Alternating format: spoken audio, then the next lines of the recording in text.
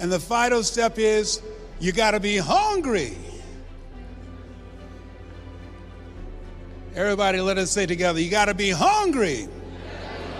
People that are hungry are willing to do the things today others won't do in order to have the things tomorrow others won't have. People that are hungry do what they know, not what they feel. People that are hungry believe always strive to get on top in life because it's the bottom that's overcrowded. People that are hungry believe zero excuses. People that are hungry are relentless. They're unstoppable. They practice the 3-yard rule. They talk to anybody that's within 3 feet of them.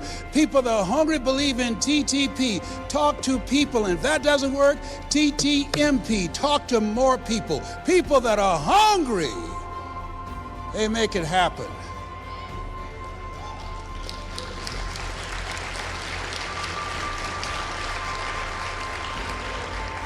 Mr. Washington said, what do you want to do with your life, young man? I said, I want to buy my mother a home. How do you plan to do that?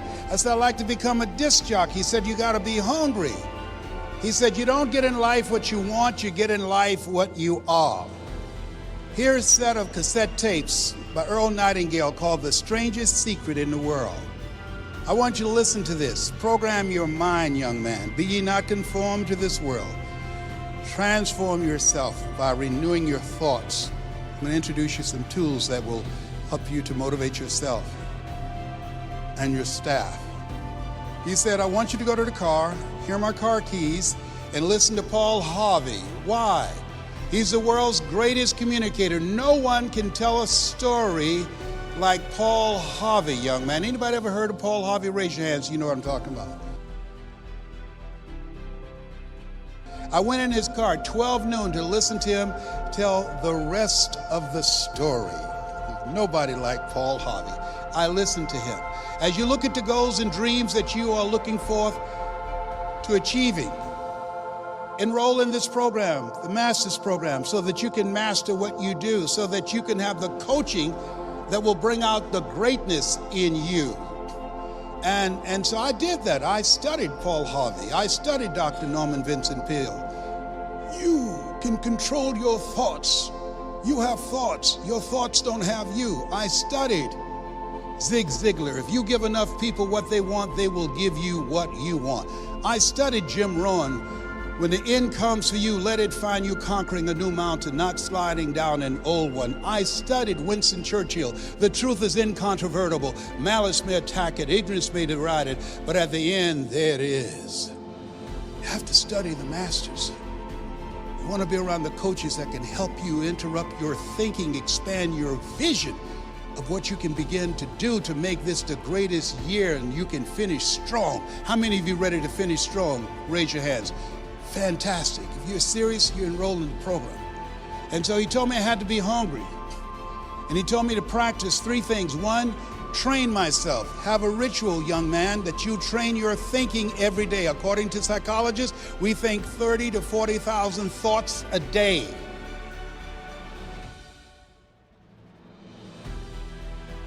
He said there are many distractions in life. Right now, there's a lot of noise out here. Don't worry about what's going on in the White House. Worry about what's going on in your house. Focus on what it is that you are doing.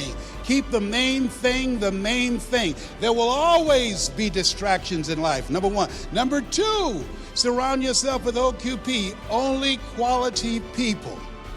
Only quality people. Many people will never achieve their goals because they have too many toxic, negative, energy-draining people in their lives. Les, can I change them? No, it's a full-time job changing yourself. And there's some people are so negative they can walk into a dark room and begin to develop. Oh, behave, whatever. And the next thing, get a coach. You can't see the picture when you're in the frame. Somebody with trained eyes. Somebody that has your best interest, somebody that will bring out the best in you, somebody that will introduce processes and systems that allows you to have the breakthrough, because if you knew how to do it, you would have done it already. Einstein said that insanity is doing the same thing in the same way, expecting a different outcome. I had to concede that I didn't know and I thought I knew. I had to concede, and I had to comply. When Mike took over and started helping me to go to that next level, I had to comply with the process that he created for me. See, the system that the Master's Program works if you work it.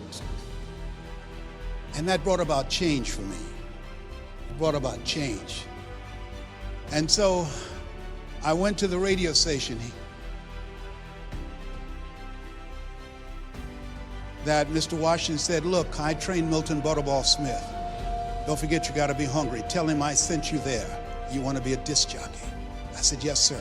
I went to WMBM on Miami Beach. Hello, Mr. Butterball. How are you, sir? My name is Les Brown, sir. I'd like to be a disc jockey. He said, young man, having journalism in your background? I said, no, sir, I don't. You have any background at all? I said, no, sir. He said, I'm sorry, we don't have any job for you. How many have ever been rejected? Raise your hands, please. I was devastated with rejection. I went back. I said, Mr. Washington. They said no. He said, don't take it personally. Most people are so negative, they have to say no 7 times before they say yes. He said, you got to be hungry. Go back again. I went back again. Hello, Mr. Butterball. How are you, sir? My name is Les Brown, sir. I'd like to be a disc jockey. I know what your name is. Weren't you here yesterday? I said, yes, sir, I was. Didn't I tell you no yesterday? I said, yes, sir, you did. He said, then why are you back today? I said, sir, I didn't know whether or not somebody was laid off or somebody was fired, sir. He said, no one was laid off or fired. Now get on out of here. I came back the next day, talking loud, looking happy, like I was singing for the first time. I said, hello, Mr. Butterball. How are you, sir? My name is Les Brown, sir. I'd like to be a disc jockey. He said, I know what your name is. Weren't you here the last 2 days? I said, yes, sir. Didn't I tell you no the last 2 days? I said, yes, sir. Then why are you back today? I said, sir, I didn't know whether or not someone got sick or someone died, sir. He said, no one got sick or died. No one was laid off or fired. Now, don't you come back here again. Everybody repeat after me, please. Be unstoppable. I came back the next day. Hello, Mr. Butterball. How are you? He looked at me betrayed. He says, go get me some coffee. I said, yes, sir.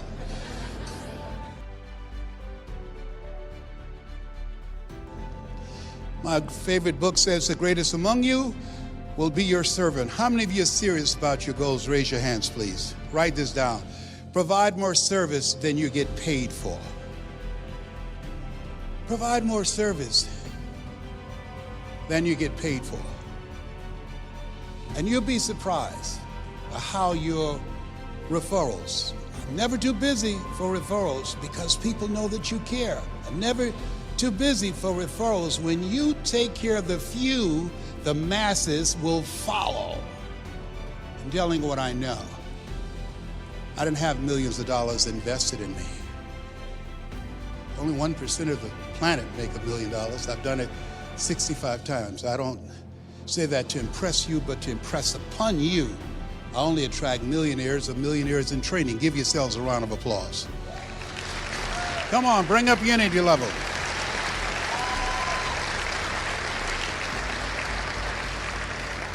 And so they hired me as an errand boy for the disc jockeys. Write this down. Give before you ask. Give before you ask. Give service. Let people know who you are. Provide information that's not ordinarily given and provided. Give before you ask. So you can create confidence in you and trust. Trust is very important. People are very skeptical today. They are researching everything online.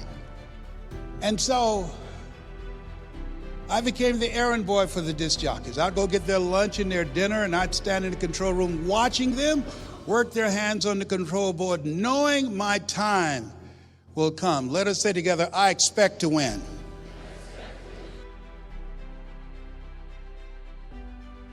And on the weekends when the disc jockeys park their cars in the parking lot, I would clean them inside out and I would wax them. They'd come out to the parking lot and say, hey, who did this?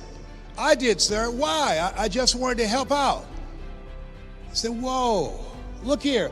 Donna Ross and the Supremes are coming to town. The Four Tops and the Temptations. Here are my driver's license. Here are my car keys. I want you to pick them up and take them to the Fontainebleau Hotel on Miami Beach. I said, it'd be my pleasure, sir. I was driving these entertainers all over Miami Beach in the disc jockeys, big long Cadillacs. Didn't have any driver's license, but I was driving like I had some. And then one day, it's a Saturday afternoon, a disc jockey by the name of Rockin' Roger was drinking while he was on the air. Rockin' Roger got so drunk he could not complete the show. He began to slur his words. He's about to fall off the chair. And there I was looking at him through the control room window, walking back and forth, young, ready, and hungry. I was saying, drink, rock, drink. Drink, rock, gotta go and get him some more if he'd asked me to. Then pretty soon the phone rang. It was general manager and answered the phone. I said, hello? He said, young boy, this is Mr. Klein. I said, I know. He said, Rock can't finish his program. I said, I know. He said, would you call one of the other DJs in? I said, yes, sir. I hung the phone up. I said, now he must think I'm crazy. I called my mama and my girlfriend, Cassandra. I said, y'all come out on the front porch and turn up the radio. I'm about to come on the air.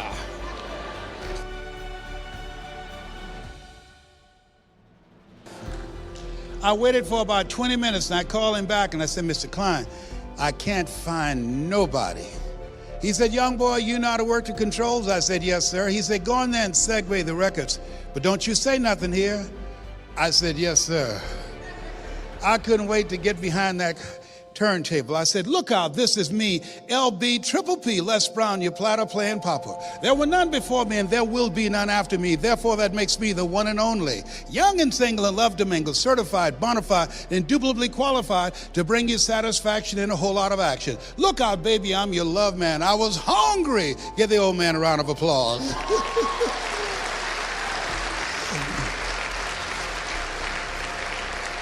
Shake someone's hand on your right and left in front of you and behind you and say, you gotta be hungry. Do that right now. Say, you gotta be hungry.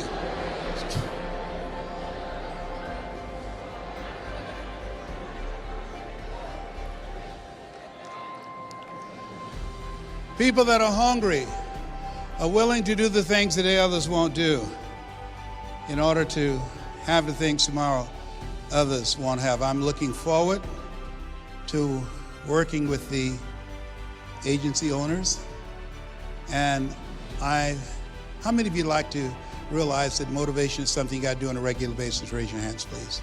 Very good. So here's what we're going to do, is that I want you to, we have these products in the back. We only have around 60. It's available to motivate yourself and your staff. And we use Lightspeed for the Les Brown Unlimited, and some people love the power purpose that I was talking to.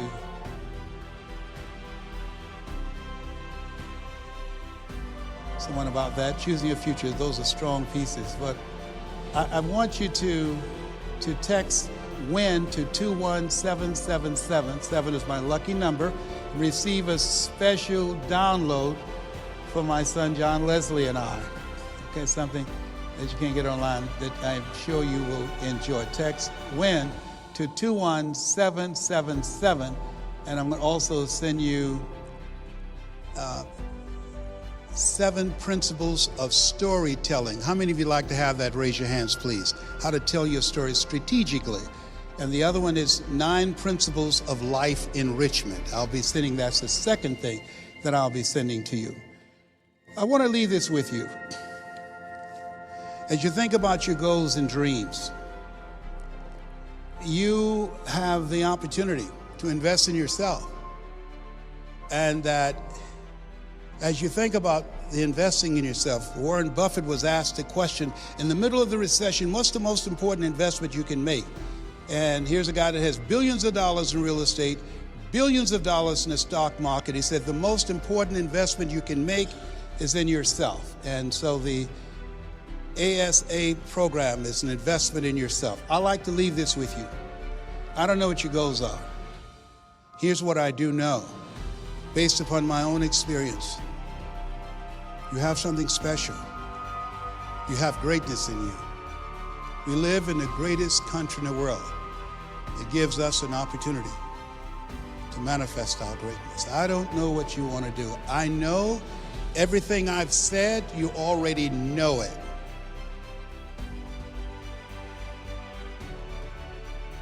It's already a part of you. I haven't said anything that you don't know. It's common sense, but not common practice. So I'd like to leave this with you. something my mother loved. Leslie, yes ma'am, mama. Say that thing for me, boy, that makes me feel good. I dedicate this to you, to your finishing strong, to your dream, and to the next greatest version of yourself. And it says simply this: if you want a thing bad enough, to go out and fight for it, to work day and night for it, to give up your time, your peace, and sleep for it. If all that you dream and scheme is about it, and life seems useless and worthless without it, and if you gladly sweat for it and fret for it and plan for it and lose all your terror of the opposition for it, and if you simply go after that thing that you want with all of your capacity, strength and sagacity, faith, hope and confidence, and stern pertinacity, if neither cold poverty, famish or gold, sickness or pain or body and brain can keep you away from the thing that you want, if dogged and grim you besiege and beset it, with the help of God you'll get it. You have something special. You have greatness in you. God bless you. God bless your dream. God bless America. That's my story, and I'm sticking to it. Thank you very much.